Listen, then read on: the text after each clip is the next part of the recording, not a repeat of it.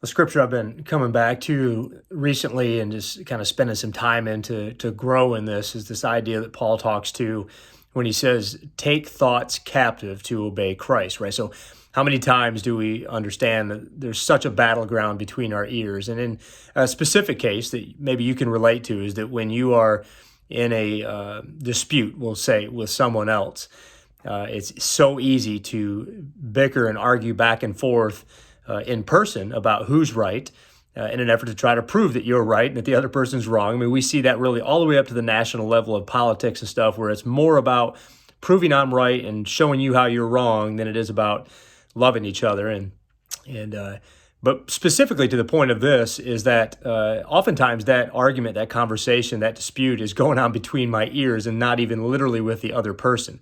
It's caused me sleepless nights. It's caused a lack of focus and distracted me during the daily duties and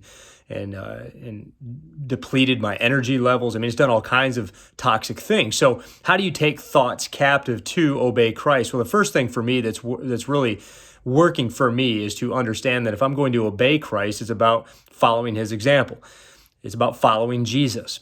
So I look to a couple examples about how he handled confrontation, about how he handled someone that was accusing, that was lying about his character or his status, if you will, when before the courts preceding his crucifixion, he was silent.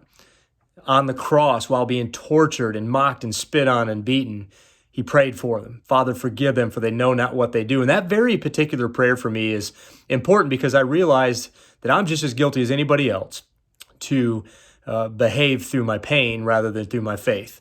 When I'm hurt, when I'm angry, that righteous anger can actually turn into an unrighteous behavior. And I want to be better than that. So for me, taking thoughts captive is about shutting off, shutting down, locking away thoughts that don't honor God, that don't obey Jesus, don't follow his example. So even if I'm not doing it physically in the flesh, to think it mentally in my spirit is not good either.